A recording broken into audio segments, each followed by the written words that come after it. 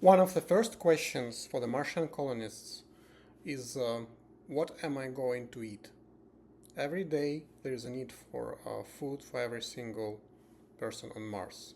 And there is important difference between the environments within Moon or low Earth orbit and deeper space.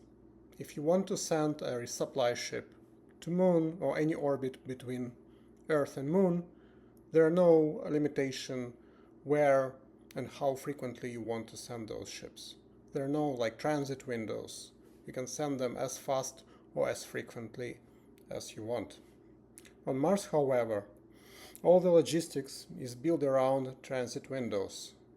Every couple of years there is an opportunity to send cargo to Mars, and if anything happens within that transport convoy or anything happens between those windows, immediate problem the colonists will have to deal with is starvation.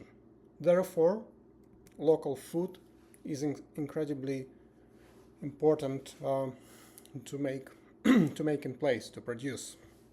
In Martian orbit, as you know from the previous video, there is plenty of energy, much more than on Martian surface, but none of the ingredients that agriculture needs. Now, we know from the previous missions to Mars that Martian regolith, while not immediately useful soil, has all the ingredients for agricultural needs in any case. Some more rare than the other ones, but in principle you can extract them from the regolith and produce required nutrients for all the plants. And with the agriculture, you can build simple things first and more complex food chain later. Now, nitrogen, for example, has to be scavenged from the Martian atmosphere, which is quite a dilute source, but the short answer, we have all the ingredients.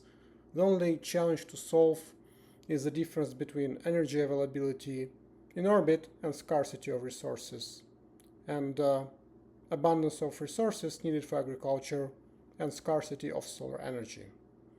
But agriculture on Mars is possible, and this should be one of the first things that any Martian colony would need to set up. And I will cover more about resource constraints in our next video.